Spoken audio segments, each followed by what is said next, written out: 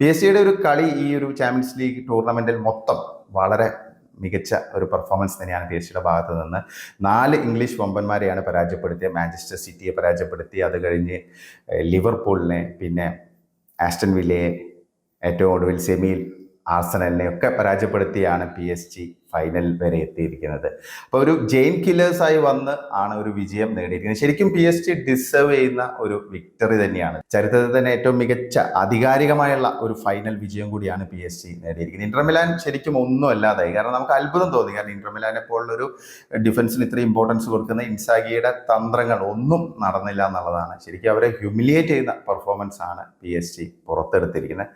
പിന്നെ ടോട്ടൽ എല്ലാ താരങ്ങളും ഒന്നടങ്കം മികച്ച രീതിയിൽ പെർഫോം ചെയ്തു. ആ ഒരു ടീം എഫേർട്ടിന്റെ റിസൾട്ട് തന്നെയാണ്. അവർ കളിക്കാർ തമ്മിലുള്ള ആ ഒരു ധാരണ, പിന്നെ ഒരു പ്ലാൻ ഉണ്ടെങ്കിൽ അതെങ്ങനെ എക്സിക്യൂട്ട് ചെയ്യുന്നത് കറക്റ്റായിട്ട് അവർ കാണിച്ചു തന്നു എന്നുള്ളതാണ്. അപ്പം നമ്മൾ നോക്കേണ്ടത് ചാമ്പ്യൻസ് ലീഗിൻ്റെ പ്ലേ ഓഫ് കളിച്ച് പിന്നീട് മുന്നേറിയ ഒരു ടീമാണ്. പക്ഷേ പിന്നീട് പി എസ് ജി നോക്കൗട്ടിലെത്തിയപ്പോൾ വേറൊരു പി എസ് ജിയാണ് നമ്മൾ കാണാൻ സാധിച്ചത്.